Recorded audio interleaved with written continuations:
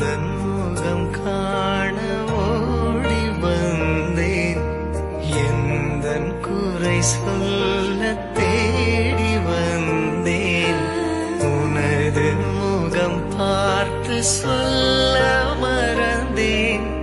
இன்று உணர்ந்தேன் எந்தன் சுமை தாங்கினாய்.